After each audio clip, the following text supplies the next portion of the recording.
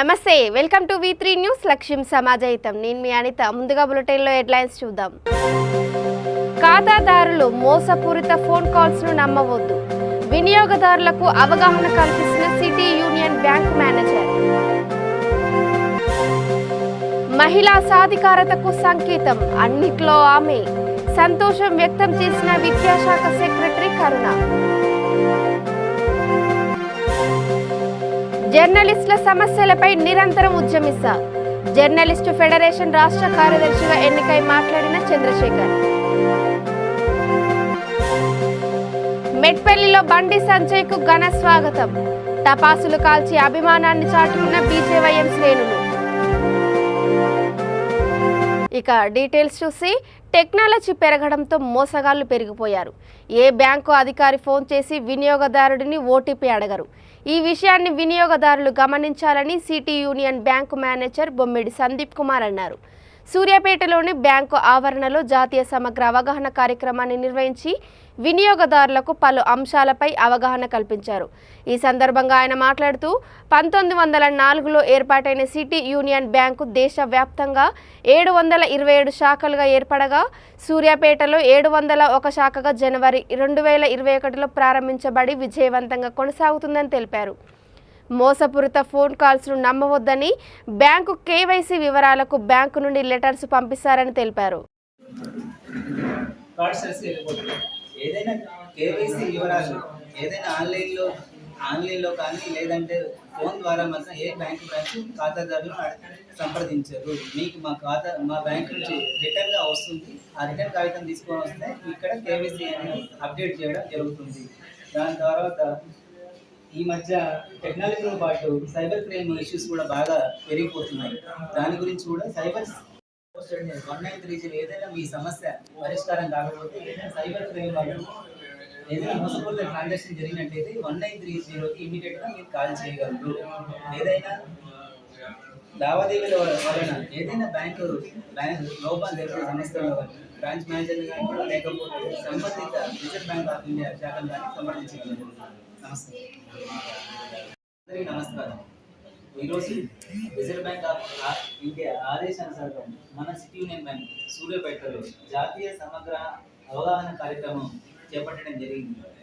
ఈ కార్యక్రమం యొక్క ముఖ్య ఉద్దేశం ఖాతాదారుల యొక్క హక్కులు, దాని తర్వాత వారి విధి విధానాలు, బ్యాంకు లావాదేవీల పట్ల ఏ విధంగా జాగ్రత్త వహించాలి అనే దాన్ని కూడా మనం డిస్కస్ చేయడం జరుగుతుంది. మేము ఈ నవంబర్ 1 నుంచి నవంబర్ 30, 2022 వరకు భారతదేశంలో ఉన్న అన్ని బ్యాంకు బ్రాంచీల ద్వారా ఈ కార్యక్రమం చేపట్టమని రిజర్వ్ బ్యాంక్ ఆఫ్ ఇండియా బ్యాంకులందరికీ ఇంటర్నల్గా సర్క్యులర్స్ పాస్ చేయడం జరిగింది. ఈరోజు మన సూర్యాపేటలో మన ఖాతాదారులకు అవగాహన కార్యక్రమం అనేది చేపడుతున్నాం. దీని యొక్క ముఖ్య ఉద్దేశం ఏంటంటే, మీ కార్డుల ద్వారా మీకు ఎగ్జాంపుల్ 50,000 లిమిట్ ఉందంటే మీ కార్డు ద్వారా ఎవ్రీడే 500 లిమిటే పెట్టుకోవచ్చు. ఏదైనా కార్డు మిస్ప్లేస్ అయినప్పుడు ఎటువంటి ఫ్రాడ్ జరగకుండా బ్యాంకులు అన్నింటిలో ఈ ఆప్షన్ అనేది ఎనేబుల్ చేయడం జరిగింది. ఇంటర్నల్గా ఏదైనా సమస్య మీకు వచ్చినప్పుడు దాన్ని ఇక్కడ పరిష్కారం కాకపోతే సంబంధిత బ్రాంచ్ మేనేజర్ కానీ ఇక్కడ కూడా సమస్య పరిష్కారం కాకపోతే assistant general manager inspection department city union bank వాళ్ళు కానీ అక్కడ కూడా మీ సమస్య పరిష్కారం కాకపోతే reserve bank of India ombudsman స్కీమ్ని సంప్రదించగలరు.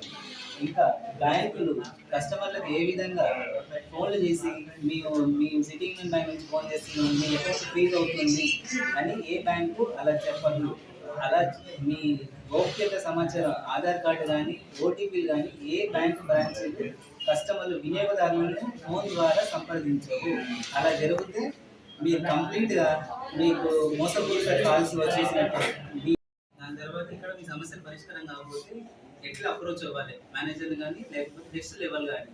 ఈ రెండు బ్యాంకులు అనేది ఖాతాదారుల మీదనే నడుస్తూ ఉంటాయి. అదొక విషయం గుర్తుపెట్టుకోండి. లేకపోతే స్టాఫ్ ద్వారానో మేనేజర్ మీదనో నడవదు. ఖాతాదారుల ద్వారా వచ్చిన డబ్బుల్నే మళ్ళీ మీరు లోన్స్ ఇస్తూ ఉంటాం. దాని ద్వారానే వచ్చిన ప్రాఫిట్ని అందరికీ మా షేర్ హోల్డర్స్ కానీ లేకపోతే బ్యాంక్ నడవడానికి కానీ ఉపయోగిస్తారనమాట. ఓకేనా? నమస్కారం. అబ్బాయిల కంటే అమ్మాయిలు బాగా చదువుకోవడం సంతోషంగా ఉందని విద్యాశాఖ సెక్రటరీ కరుణ అన్నారు. గులాం అహ్మద్ ఆడిటోరియం క్యాంపస్ బంజారాహిల్స్లో లాంఛనంగా ప్రారంభించారు. Amjad Ali Khan college of business administration కార్యక్రమంలో డాక్టర్ అబ్దుల్ రెహమాన్ ఖురాన్ పద్యాలను పఠించారు. ఆ తర్వాత డాక్టర్ వాసి అనువాదాలు ప్రొఫెసర్ షెహబాజ్ అహ్మద్ తన స్వాగత ప్రసంగంలో చేసే పనులపై మక్కువ చూపాలని తెలిపారు. విద్యాశాఖ సెక్రటరీ కరుణ మాట్లాడుతూ ప్రస్తుతం మహిళలు బాలికలు వృత్తిపరమైన విద్యలో చేరే ధోరణిని తాను చూశానని అది మహిళా సాధికారతకు సంకేతమని అన్నారు. మహిళలు గృహ బాధ్యతలను ఎదుర్కోవాల్సిన అవసరం ఉన్నా ఆమె బహుళ పని సామర్థ్యం కారణంగా చాలా నమ్మకంతో దీన్ని చేయగలరని తెలిపారు.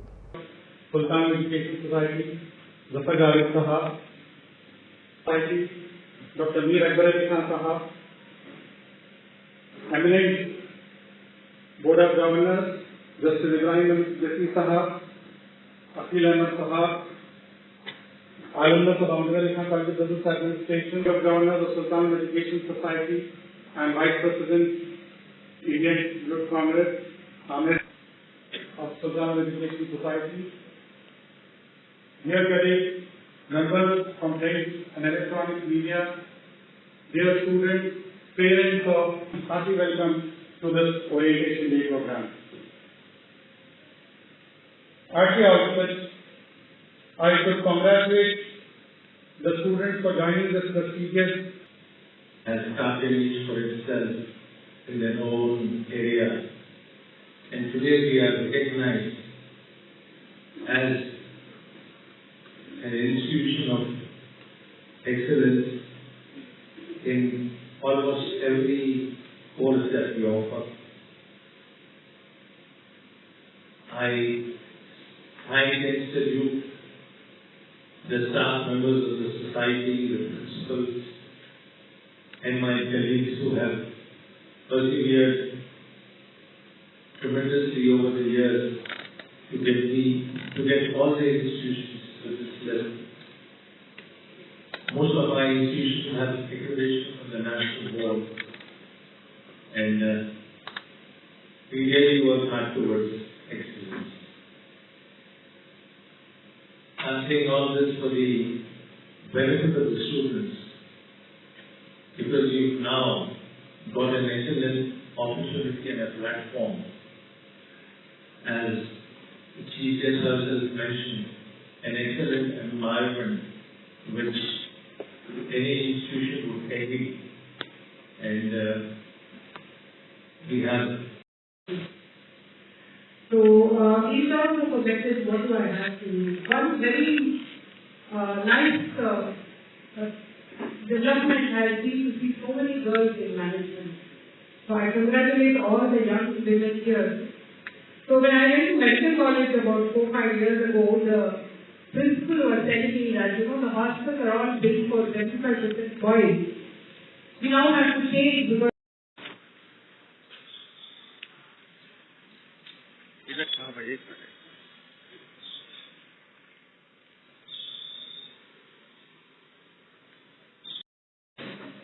and all the challenges that the corporate world awaits, we train you and we prepare you, and it's for you to avail the opportunity, because no one can make you work. జర్నలిస్టుల సమస్యల పరిష్కారానికి నిర్మాణాత్మక కార్యాచరణతో ముందుకు సాగుతామని senior journalist Chandrasekhar అన్నారు. నగరంలో జరిగిన federation ద్వితీయ మహాసభలో తెలంగాణ వర్కింగ్ జర్నలిస్టు ఫెడరేషన్ రాష్ట్రీయ కార్యదర్శిగా ఆయన ఎన్నికై మాట్లాడారు. రాష్ట్రంలో జర్నలిస్టుల పెన్షన్ విధానం అమలు చేయాలని కోరారు. వారికి కార్పొరేట్ వైద్యాన్ని అందించే విధంగా ప్రభుత్వం చర్యలు తీసుకురావాలని కోరారు. జర్నలిస్టుల సమస్యలపై నిరంతరం ఉద్యమిస్తామన్నారు. ఈ సందర్భంగా సికింద్రాబాద్ పద్మారావు నగర్లోని ఆయన కార్యాలయంలో స్థానిక వివిధ సంస్థల ఎలక్ట్రానిక్ మీడియా, ప్రింట్ మీడియా జర్నలిస్టులు ఘనంగా సన్మానించి అభినందనలు తెలిపారు. జర్నలిస్టుల సమస్యల పరిష్కారం కోసం రాజీలేని పోరాటం చేస్తానని తెలియజేసుకుంటున్నాను. రాష్ట్ర వ్యాప్తంగా జర్నలిస్టుల సమస్యలపై నిరంతరం ఉద్యమాలు చేస్తూ మరి ప్రభుత్వం మీద ఒత్తిడి తీసుకొచ్చి సమస్యల పరిష్కారం అయ్యే దిశగా నా వంతు ప్రయత్నం చేస్తానని చెప్పేసి నేను తెలియజేసుకుంటున్నాను. ముఖ్యంగా ఈ రాష్ట్రంలో ఎంతోమంది విద్యార్థులు జర్నలిజం పట్ల ఆకర్షితులై ఉన్నత విద్యను అభ్యసించి కూడా మరి సమాజ హితం కోసం పనిచేయాలని ఒక పట్టుదల, ఒక మంచి గొప్ప ఆశయంతో ఈ రంగంలోకి వచ్చిన వాళ్ళు మరి ఈ వ్యవస్థ పరిరక్షణ కోసం, సమాజ హితం కోసం తమ కళాన్ని గళాన్ని వినిపిస్తున్నారు. సమాజంలో అనేక రకాల సమస్యలపై నిరంతరం పోరాటం చేస్తున్నారు, అనేక విషయాలపై కూడా పోరాటం చేస్తున్నారు. అయితే ఆ స్థాయిలో ఇవాళ జర్నలిస్టుల పరిస్థితి వాళ్ళ జీవితాల్లో కానీ ఆశాజనకంగా లేకపోవడం అనేది దురదృష్టకరం. అయితే రానున్న కాలంలో తెలంగాణ వర్కింగ్ జర్నలిస్ట్ ఫెడరేషన్ తరఫు నుంచి ఈ రాష్ట్రంలోని, తెలంగాణ రాష్ట్రంలోని ప్రతి జర్నలిస్టుకు హెల్త్ కార్డులు పనిచేసే విధంగా అర్హులైన ప్రతి జర్నలిస్టు కూడా అక్రిడేషన్ కార్డు మంజూరు చేయాలని ప్రభుత్వాన్ని కోరుతున్నాం. అదేవిధంగా దేశంలోని ప్రధాన రాష్ట్రాల్లో పెన్షన్ స్కీమ్ అమల్లో ఉంది. కానీ ఇలా దురదృష్టం ఏంటంటే ప్రత్యేక రాష్ట్ర ఉద్యమంలో ముగ్గురు పోతే ముట్టడి, నలుగురు పోతే ఆందోళన అనే విధంగా ఇవాళ మీడియా క్రియాశీలక పాత్ర నిర్వహించింది తెలంగాణ ఉద్యమం సమయంలో. మరి అలాంటి మీడియా ఇటీవల కరోనా కష్టకాలంలో ఎంతోమంది జర్నలిస్టులు ప్రాణాలను కోల్పోయారు. మరి ఇప్పటికి కూడా సకాలంలో వైద్యం అందట్లేదు. ఇప్పటికైనా ప్రభుత్వం కార్పొరేట్ వైద్యాన్ని కూడా జర్నలిస్టులకు అందించాలని చెప్పేసి ప్రభుత్వాన్ని విజ్ఞప్తి చేస్తున్నాం. అదేవిధంగా ఈ పెన్షన్ స్కీమ్ సంబంధించి కూడా ఒక విధానపరమైన నిర్ణయం ప్రభుత్వం తీసుకోవాలి. దీనికి సంబంధించి నిపుణులతో కూడిన కమిటీని ఏర్పాటు చేసి మరి వేరే రాష్ట్రాల్లో ఏ రకంగా ఈ పెన్షన్ స్కీమ్, జర్నలిస్టుల పెన్షన్ స్కీమ్ అమలవుతుందో దానిపై ప్రభుత్వం అధ్యయనం చేసి తెలంగాణలో కూడా అమలు చేసే విధంగా చర్యలు తీసుకోవాలని రాష్ట్ర ముఖ్యమంత్రి కేసీఆర్ గారికి విజ్ఞప్తి చేస్తున్నాం. ఎంతోమంది సమస్యలు పరిష్కరిస్తున్నాం. మీరు మరి జర్నలిస్ట్ సమస్యల పట్ల కూడా సానుకూలంగా ప్రదర్శించి పరిష్కరించాలని చెప్పేసి మేము తెలంగాణ వర్కింగ్ జర్నలిస్ట్ ఫెడరేషన్ తరఫున మీకు విజ్ఞప్తి చేస్తున్నాం. అదేవిధంగా ప్రతి జిల్లాలో కూడా మీరు పెద్ద ఎత్తున డబుల్ బెడ్రూమ్ ఇళ్ల నిర్మాణం కొనసాగిస్తున్నారు. జిల్లాల వారీగా మరి స్థానిక నియోజకవర్గాల వారీగా లోకల్ జర్నలిస్టులకు కూడా డబుల్ బెడ్రూమ్ ఇళ్లలో కూడా అవకాశం ఇవ్వాలని ఈ ప్రభుత్వాన్ని మేము డిమాండ్ చేస్తున్నాం.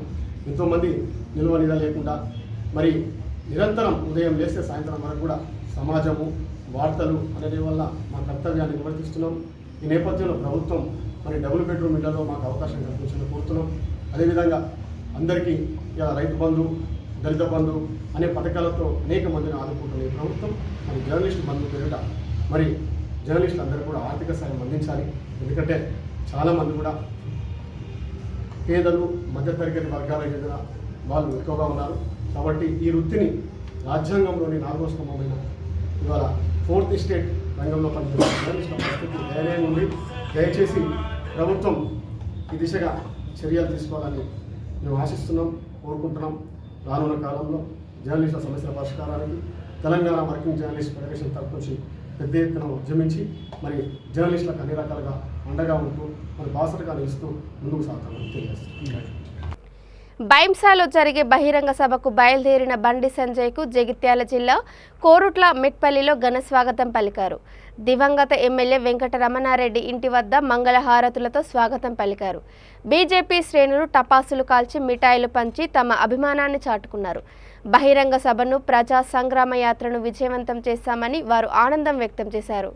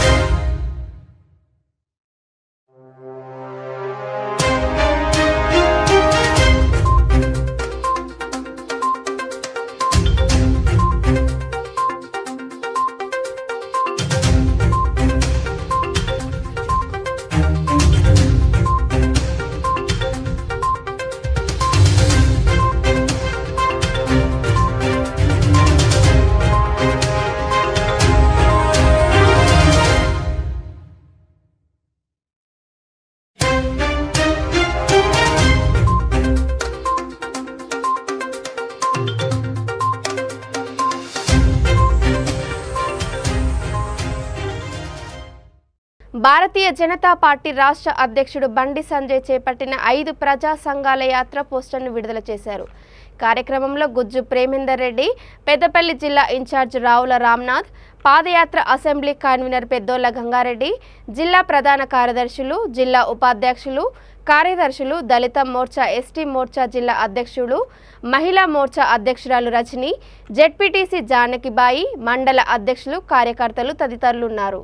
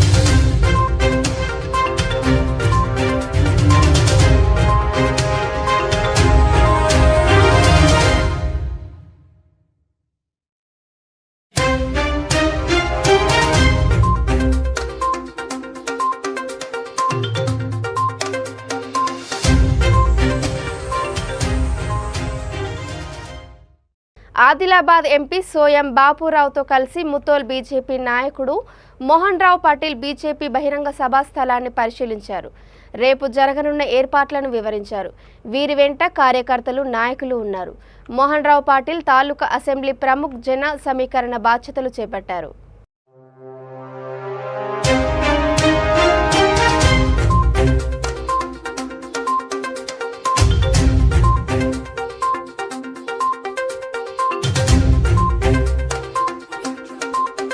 సిద్దిపేట జిల్లా మద్దూరు మండల కేంద్రంలో మహాత్మా జ్యోతిరావు పూలే 132వ వర్ధంతిని మద్దూరులో అంబేద్కర్ విగ్రహం వద్ద ఘనంగా నిర్వహించారు.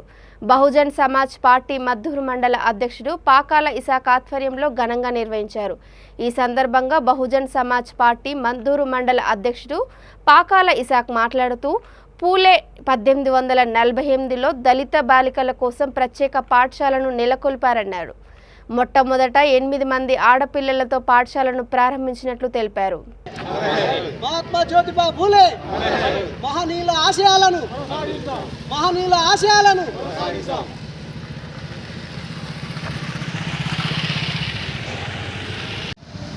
మహాత్మా జ్యోతిబా పూలే చనిపోయి 132 సంవత్సరాలు గడుస్తుంది.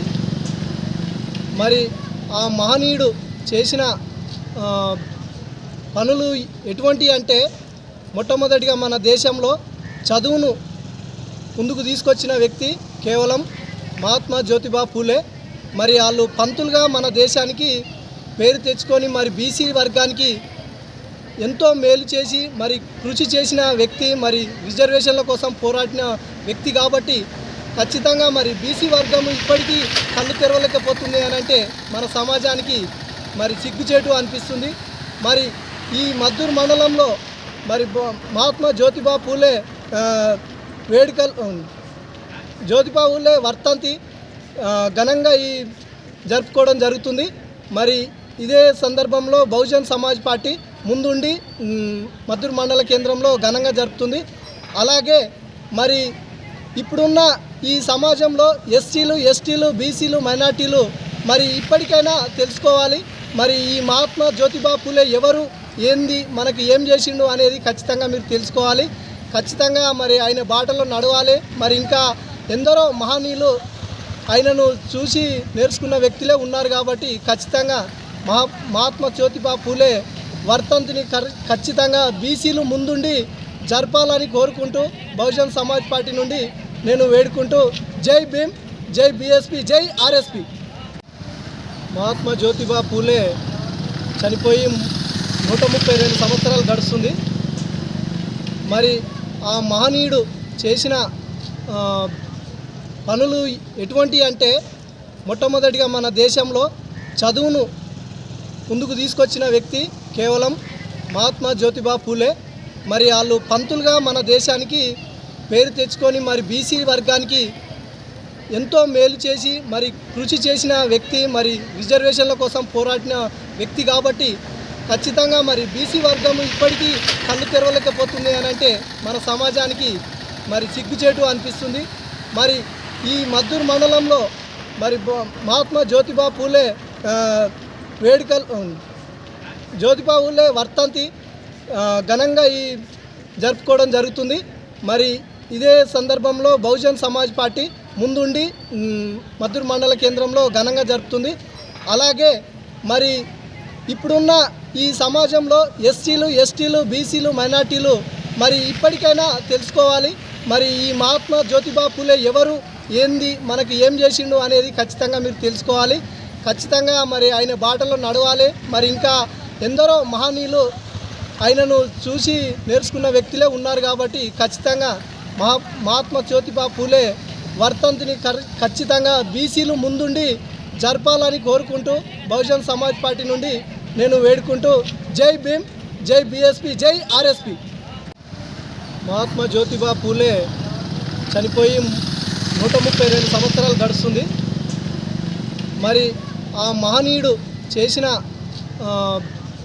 పనులు ఎటువంటి అంటే మొట్టమొదటిగా మన దేశంలో చదువును ముందుకు తీసుకొచ్చిన వ్యక్తి కేవలం మహాత్మా జ్యోతిబా పూలే.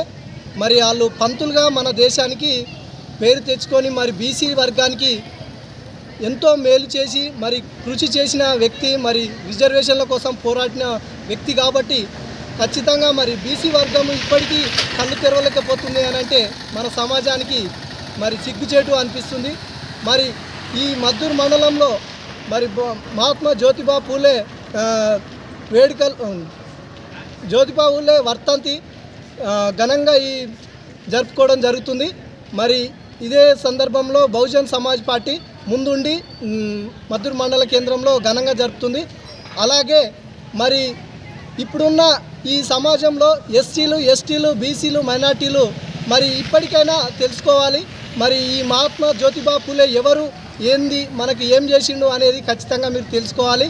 ఖచ్చితంగా మరి ఆయన బాటలో నడవాలి. మరి ఇంకా ఎందరో మహనీయులు ఆయనను చూసి నేర్చుకున్న వ్యక్తులే ఉన్నారు కాబట్టి ఖచ్చితంగా మహాత్మా జ్యోతిబా పూలే వర్ధంతిని ఖచ్చితంగా బీసీలు ముందుండి జరపాలని కోరుకుంటూ బహుజన్ సమాజ్ పార్టీ నుండి నేను వేడుకుంటూ జై భీమ్, జై బీఎస్పీ, జై ఆర్ఎస్పీ. మరి మహాత్మా ఈ నెల 26 తారీఖున మరి రాజ్యాంగ సవరణ దినోత్సవం సందర్భంగా మరి బహుజన్ సమాజ్ పార్టీ నుండి డాక్టర్ ఆర్ఎస్ ప్రేమ్ కుమార్ గారు చేపట్టిన మరి రాజ్యాంగ సవరణ దినోత్సవం సందర్భంగా మరి కాగడాలను వెలిగించడం జరుగుతుంది. ప్రతి గ్రామంలో, ప్రతి రాష్ట్ర వ్యాప్తంగా చేపట్టిన కాగడాల గుర్తింపుకు మరి ప్రతి ఊరిలో ప్రతి అంబేద్కర్ విగ్రహం దగ్గర చేపట్టడం జరుగుతుంది.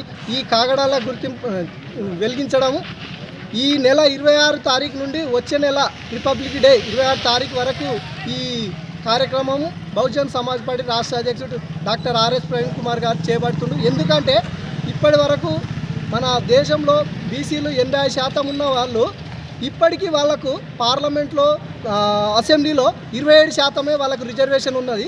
మరి దానికోసమే ఈ రాజ్యాంగ సవరణ దినోత్సవం సందర్భంగా ఆర్ఎస్ ప్రవీణ్ కుమార్ గారు రాష్ట్ర వ్యాప్తంగా ఈ కాగడాల కార్యక్రమం చేపట్టిండు.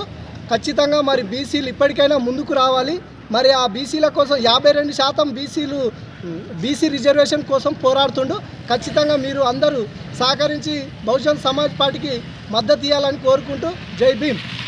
సామాజిక అసమానతల మీద అలుపెరగని పోరాటం చేసి అణగారిన వర్గాల విద్యాభివృద్ధి కోసం కృషి చేసిన గొప్ప సంఘ సంస్కర్త జ్యోతి బాపులే అని ఏఐఎస్ఎఫ్ జిల్లా అధ్యక్షుడు గోపగాని రవికుమార్ అన్నారు.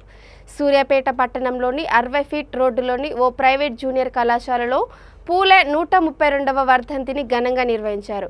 ఈ సందర్భంగా గోపగాని రవికుమార్ పూలే విగ్రహానికి పూలమాలలు వేసి నివాళులర్పించారు.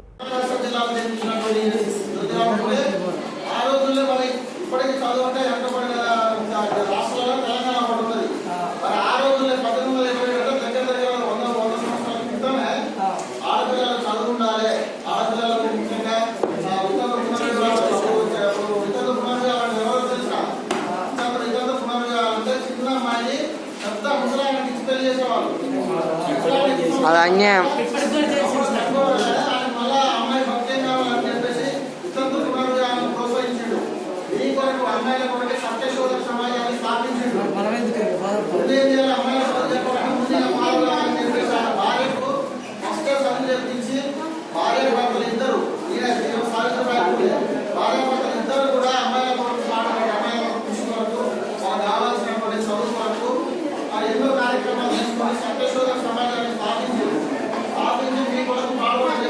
నంద్యాల జిల్లా చాగలమర్రి గ్రామంలో అయ్యప్ప స్వామి దేవస్థానంలో విల్లక్కి పూజ నిర్వహించారు. ఈ కార్యక్రమంలో దాదాపు 200 మందికి పైగా అయ్యప్ప స్వామి భక్తులు పాల్గొన్నారు. అయ్యప్ప స్వామి దేవస్థానం నుండి ఏకశీల పదునెట్టంబండి అయ్యప్ప స్వామి చిత్రపటంతో పిల్లలతో దీపాలు వెలిగించి పురవీధుల గుండా ఊరేగించారు. పూజ అనంతరం ప్రతి ఒక్కరికి అల్పాహారం ఏర్పాటు చేశామని ఆలయ అధ్యక్షుడు సుంకు జనార్దన్ తెలిపారు.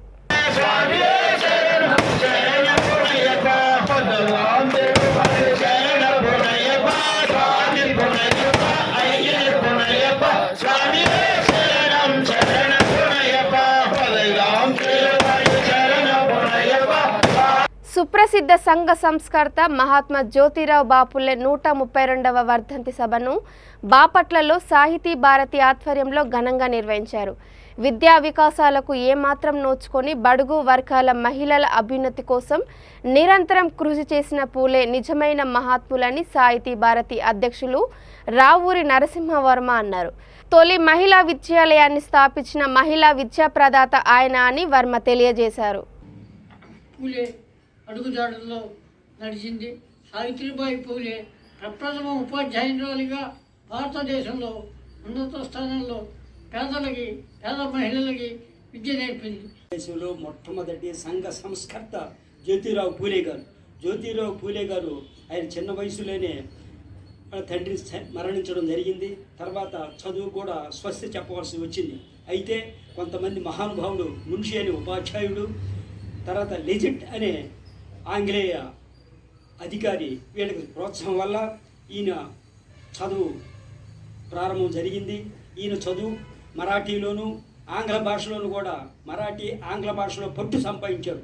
అందుకే ఇతను తృతీయ రత్న అనే నాటకాన్ని రాసి ప్రజల్ని సూతుర్లు అసూతుర్లు ఎన్ని చైతన్యపరిచి భారతదేశంలో ప్రతి వాళ్ళకి విద్య అనేది కావాలని పట్టుదలతో ఈయన ప్రోత్సహించి జనాల్ని ఈయన అనేక విద్య ఉంటేనే స్త్రీలకు కానీ అందరికీ విద్య అనేది అవసరం. విద్య ఎప్పుడైతే ఉంటుందో ప్రజలు చైతన్యం అవుతారు, ఉద్యోగాలు వస్తాయి, ఉద్యోగాల ద్వారా ప్రజలు ఆర్థిక స్థితి బాగుంటుందని గట్టిగా చెప్పి ఆ మహానుభావుడు ఈరోజు స్త్రీలకు కానివ్వండి ప్రతి వాళ్ళు విద్యావంతులు అయ్యారంటే ఆ మహానుభావుడు కృషి వల్లే అని మనం ఈరోజు గట్టిగా చెప్పుకోగలుగుతాం. సుప్రసిద్ధ సంఘ సంస్కర్త, సమాజంలో అణగారిన వర్గాల కోసం జీవితాన్ని త్యాగం చేసిన మహోన్నత త్యాగమూర్తి జ్యోతిరావు పూలే. వారు ప్రతి వారికి కూడా విద్య అందుబాటులో ఉండాలి, ప్రతి వారు కూడా విద్యావంతులైనప్పుడే సమాజం కూడా అభివృద్ధి చెందుతుంది అనే భావనతో వెనుకబడ్డ వర్గం వారికి, స్త్రీలకు కూడా విద్యను నేర్పాలి అనే ఉద్దేశంతో వారు విద్యాభివృద్ధి కోసం పనిచేస్తుంటే అందరూ వారిని వ్యతిరేకించారు. అటువంటి పరిస్థితుల్లో షేక్ ఉస్మాన్ అనే వ్యక్తి తన ఇంటిని అతనికి ఇచ్చి, నా ఇంటిని మీరు పాఠశాలగా మార్చుకొని ఇక్కడ విద్యాబోధన చేయండి అనేసి అన్నారు. అంతేగాక వారి చెల్లిగారైన షేక్ ఫాతిమాను కూడా మీరు ఈవిని కూడా ఉపాధ్యాయురాలుగా తీర్చిదిద్ది వీరిని కూడా విద్యా వ్యాప్తి కోసం మీ కార్యకర్తగా మార్చుకోండి అనేసి అన్నారు. షేక్ ఫాతిమా కూడా అదే విధంగా ఉపాధ్యాయురాలుగా తర్ఫీదు పొంది తొలి ఉపాధ్యాయులైన సావిత్రిబాయి ఫూలేతో పాటు తాను కూడా ఈ విద్యా ఉద్యమంలో పనిచేసి స్త్రీలకు, వెనుకబడ్డ వారికి విద్యాభ్యున్నతిని కలుగజేసిన త్యాగమూర్తులు వారు. వారికి మార్గదర్శిగా ఉంటూ తన జీవితాన్ని సమాజ రుగ్మతలు దూరం చేయటానికి, సామాజిక అభ్యున్నతి కోసం ధారపోసిన జ్యోతిరావు ఫూలే గారిని స్మరించుకుంటూ సెలవు తీసుకుంటుంది. ఇక బులెటిన్ ముగించే ముందు హెడ్లైన్స్ మరోసారి. ఖాతాదారులు మోసపూరిత ఫోన్ కాల్స్ ను నమ్మవద్దు, వినియోగదారులకు అవగాహన కల్పిస్తున్న సిటీ యూనియన్ బ్యాంక్ మేనేజర్. మహిళా సాధికారతకు సంకేతం, అన్నిట్లో ఆమె, సంతోషం వ్యక్తం చేసిన విద్యాశాఖ సెక్రటరీ కరుణ. జర్నలిస్టుల సమస్యలపై నిరంతరం ఉద్యమిస్తా, జర్నలిస్టు ఫెడరేషన్ రాష్ట్ర కార్యదర్శిగా ఎన్నికై మాట్లాడిన చంద్రశేఖర్. మెట్పల్లిలో బండి సంజయ్కు ఘన స్వాగతం, టపాసులు కాల్చి అభిమానాన్ని చాటుకున్న బీజేవైఎం శ్రేణులు. ఇవి ఇప్పటి వరకున్న అప్డేట్స్. చూస్తూనే ఉండండి V3 న్యూస్, లక్ష్యం సమాజహితం. నమస్కారం.